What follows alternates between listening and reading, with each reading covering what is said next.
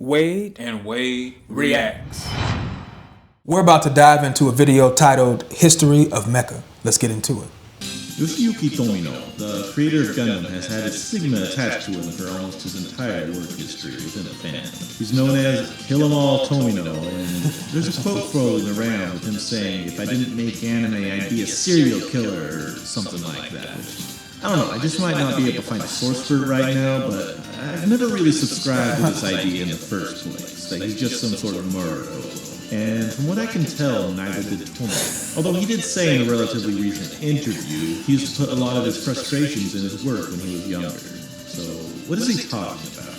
And why are people calling him Kill 'em all Tomino? That's a good First question. thing a lot of people think about when they're reminded of the stigma is probably the brutal movie ending of Ideon. It's one of those films that are showed to new fans without context, just to mess with them, right? Like End of Evangelion got to be later on.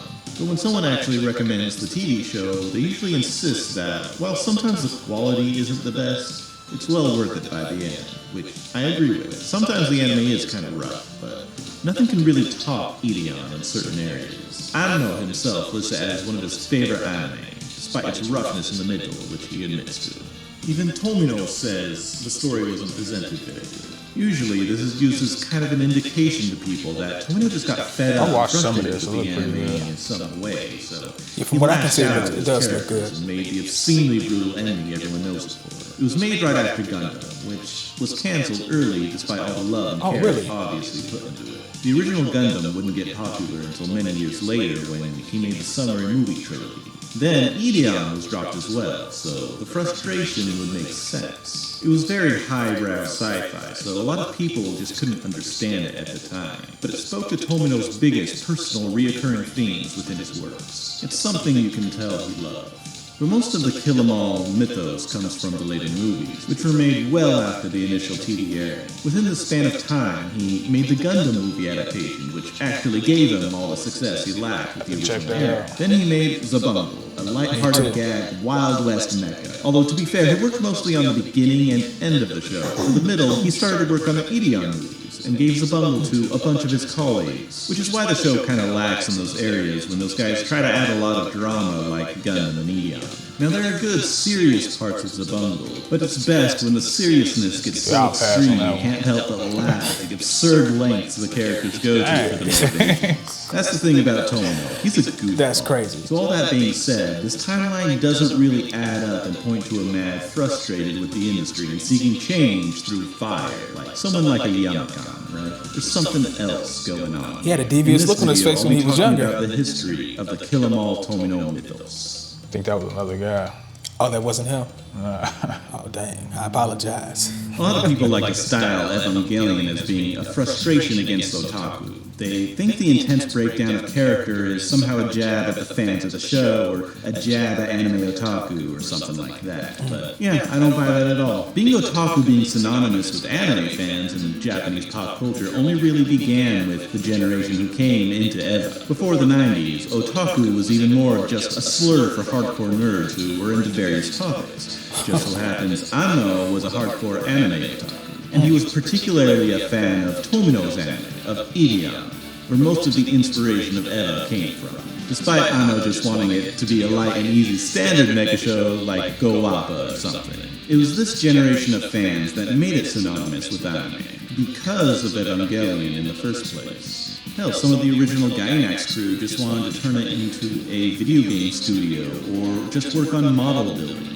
They were the guys who started and ran WonderCon, you know. During Royal Space Force, a lot of the important names were still back in Osaka, finishing up the film projects they started back then, like Return of Ultraman and Dying Meatball. It was an otaku club before it was an anime studio. Anime was just one of the things they did, and it was Eva that turned it into that anime studio. So this idea of Anno lashing out in personal vengeance against otaku, and Eva being this highbrow quote-unquote deconstruction of anime otaku, where Anno tells you to go take a bath and go outside, it's ludicrous to say the least. Interestingly, there's a similarity to how some fans view Ideon. that the brutal things that happen in the end are a result of Tomino just lashing out against his audience, with a kind of personal revenge spectacle for the fans who enjoy laughing at as the body count keeps rising. But just like with Eva, this assertion misses the point. As a disclaimer, the following section will discuss spoilers for Space Runaway Ideon, so if you wish to watch it on your own without being spoiled, please skip ahead to this timestamp. Thanks, I'll see you there.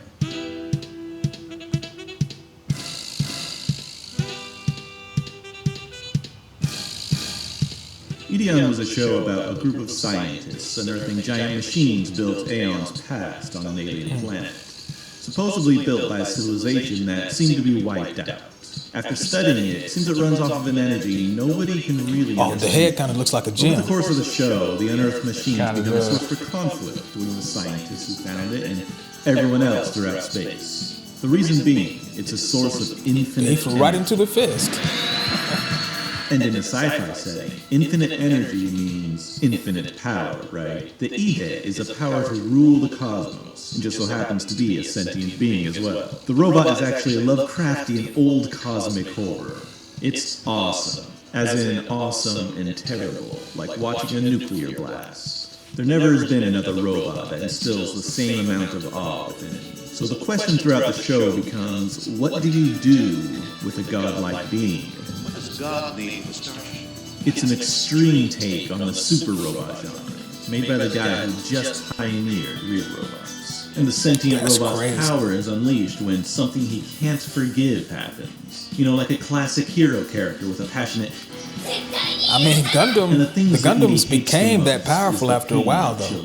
But an ancient cosmic deity cares not for mortal conflicts about power or pride or anything people consider important, right? The Buff clan who attack are not the bad guys here. The bad guys are the evil adults on all sides, causing so much suffering. Who cares about clans or nations or blood in the face of such an ancient and awesome power? If you're a Marvel Comics fan, try to imagine Galactus, but he lends his power to the innocent. The Ide only sees children suffer, and it seeks to put an end to it. Fucking Demogoblin. Mass extinction events are Tomino's calling card, right? But the fans who that's what he's all about, destruction. The lust for carnage and the brutality and noting the show just for the insane power levels of the robot is not really the point of it. In fact, it's the exact opposite of what the Ide wanted to tell us. The message of Ideon looks like this movie, so far, doesn't have mercy on children. If you chose to skip the spoilers, welcome back. We were talking about children. Children are often important in a lot of Tomino shows, and it's not just because child characters are easier for the target audience to identify with. There are plenty of anime during this time with adult characters, but the children in Tomino anime are central to his common theme. Is that a giant? Often they're righting the wrongs of the wicked think so, or he has a fairy or left something on his shoulder. It wasn't an uncommon theme for anime in his generation. Just look at any Matsumoto Leiji anime or Future Boy Conan. You have to understand Tomino was born in post-war Japan, so he got to see firsthand the shell-shocked, the bitter, the dejected adults of his time, living in a crust Japan they helped create, right? Tomino's heroes are often children because they're the ones who can fight for the future. The often hot-blooded and brass street-fighting heroes of the time were so common because they have to destroy the crummy world the adults left behind. And it's been a common trope in anime ever since, even to this day. And Tomino's anime is the prime example of this trope. In his work, most of the adults are really awful to a really extreme degree. There's few who are kind. They create wars the children want no part in, but the hero has to fight regardless. And it's always a child's hot-blooded resolve that ends the conflict, which is supposed to usher in a new and better future for the world. I chose my people. I chose Wakanda. Our future depended. You are wrong! All of you are wrong! When asked about the future of Gundam, Tomino says, well, a lot of creators are kind of working on it right now, but personally, he thinks it has to be a story that offers hope for a new generation. Quote, it has to be a story with a message like, don't despair about the near future. That's the thing it must have. End quote. Instead of despairing about the present, it always has to be about the future. But to bring this video back to the question of the history of Kill 'Em All Tomino, we have to look a little deeper than Ideon. It wasn't the first time brutal events happened in his shows, and it certainly wasn't the last. I The wonder anime if he made saw after Ideon was the nuclear Zabunga. explosion in Japan. In this, the heroes become desert pirates and slaughter It looked like entire he showed a nuclear civilizations explosion, in the and name the of character revenge. knew that it was They over upset for him, the so he world started order crying. maintained by people literally called the innocent. And it sells this to you like Jiron is completely justified in doing this somehow. But it's important to note the loss of the world that was before. A simple and straightforward world that took care of them is now gone, and the kids who destroyed it have to now take care of themselves. In Gundam, which was made just before Ideon, half the human population is wiped out before the show even begins. And the kids kill a lot more before the war is over. They develop trauma That's and crazy. lose their innocence along the way to do what is necessary to create a new and better future. But another show that's often brought up for jump-starting Tomino's mecha career even before Gundam was Zanbot 3. I don't think I've seen this one. So this must In have this show, come out in the the Earth early faces an 70s. apocalyptic alien invasion, and the heroes are shunned and treated by outsiders by the native Earthlings. Turns out the heroes are aliens who live on the planet and swear to protect it. You know, like Leisner or Dragon Ball or Superman or God Mars. But the aggression of the natives towards the heroes grows so much throughout the show that even after sacrificing so much and fighting so hard to finally save the Earth, the main character doubts if it was all even worth it. Humanity is saved, and he's actually treated like a hero after being ostracized and bullied all his life. It's a bright and new future for the world and for our hero. But what about the cost? It's the sacrifice that's the common theme in Tomino's works. For Tomino, Even the robot to is be a hero, crying. there has to be a sacrifice involved. That To must have end been a whatever hard battle evil that in he the show, fought. a child has to sacrifice his own innocence and affect the world for the better with what he brings into it. But then the child who sacrificed his innocence later becomes the adult of the new world he helped establish, who then has to be confronted good by writing new right there. children all over again. So where does this cycle of violence stop? Well, the Ide is the ultimate endgame hero, isn't it? Tomino was asked in a recent interview to send a message to his fans all around the world. Tomino said this: "If there are those among you who started thinking about something because of Gundam, it's time you broke out of it. And if you can't find your answer, throw the question at the next generation and try and get an answer from them. That's the kind of adult we want to be." I think that the next generation, that is, children, will know why Gundam was depicted in the same way over and over again. That they will see something similar to human boundaries in it. I want you to break through those boundaries. Gundam struggles hard throughout the entire series to break them down. I would be grateful if you looked at it this way. He's talking about the human boundaries between generations, and the seemingly endless cycle of violence that perpetuates it. Tomino wants the adults of the That's some world, deep stuff those right who grew there. up with Gundam, who saw the original. Tomino to just seems step like a deep aside, thinker. Stop being so arrogant. Apparently and he give their is. questions to the children of the world to answer. Only this way humanity can continue to evolve into the spacefaring new types we're destined to be. Currently, Tomino is working hard on the G-Reco movies. But a lot of his older fans really don't like the show and think the man has just gotten completely crazy with it. But Tomino says the reason G-Reco is so different is because it's not Gundam. He decidedly made it not like Gundam. He says that after Turn A, everything in the series just borrows Gundam as a name, and that it's done and over with. That every new Gundam is just a rehash of what was done before. But Tomino wanted to make something new. Something does where seem he like that in says certain you can watch regards. history being made. Something for a new generation. A brighter new world that we might not understand. Guess you guys aren't ready for that yet. Like the kids are gonna love it. Tomino has recently stated he will be done making anime in about 3 years. He's really putting everything he has left into G-Reco, where he poses his lifelong questions to the new world.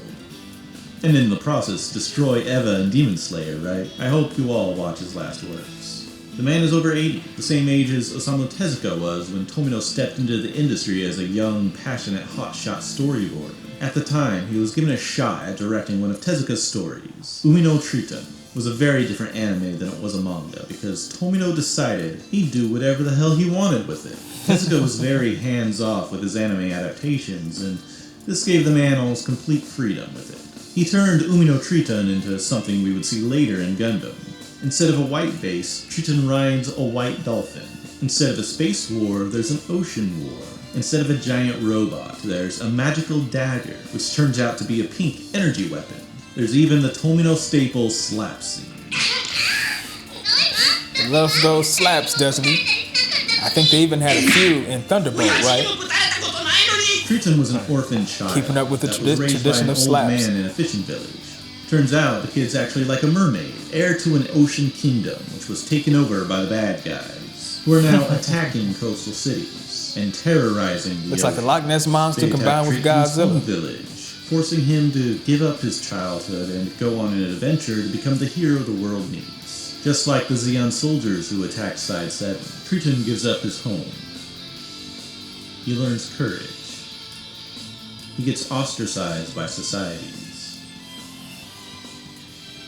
He finds out he's not alone. He confronts evil.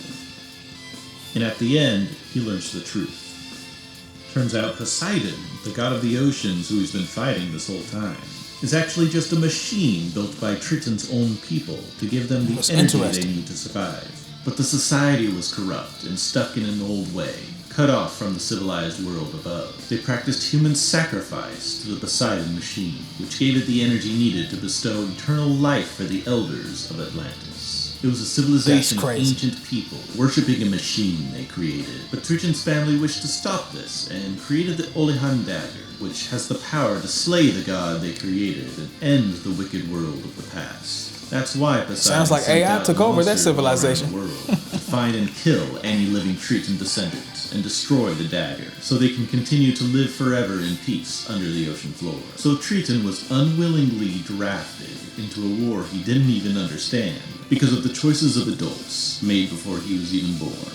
This was the old order of things. Poseidon was god of the ocean, right? And it will do its job to maintain what this is order that? regardless of human life. And the only way for Walrus Triton man. to stop it is to destroy Poseidon and genocide a whole race of people, his own race of people. It's very much a trolley problem.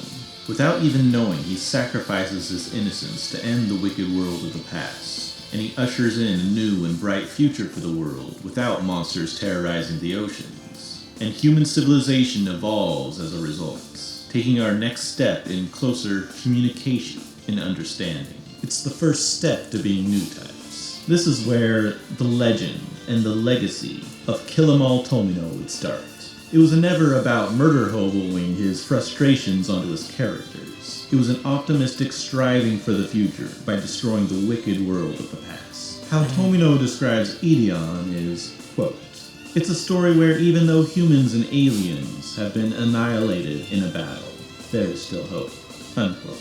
Tomino did what he did in these anime because he wants to show us this personal philosophy of his time to extreme and hot-blooded degrees. Whether you think that's criminal behavior or not, that's how this guy is. He's an extreme man, and he wants the world to be better than when he came into it. This has been Miracle. Thanks for watching, New Types. This video was super informative. It was cool to see how the real robot genre started, and it was interesting to get information about how Tomino started and how he was raised in post-war Japan. And you can see art imitating life in the early Gundam series because Gundam is all about war. Gundam is all about nations or colonies fighting each other. You can definitely see a little bit more of that in the work that he did in between Gundam series. You could see, I think, a solar system at war or humans at war in space, and you have this machine that's powerful enough to destroy the entirety of the human race, it seemed like. And there was a scene where one of the characters was in tears and he saw the glow of some type of explosion, which is reminiscent of the nuclear explosions or the nuclear bombs that were detonated in World War II in Japan. Yeah.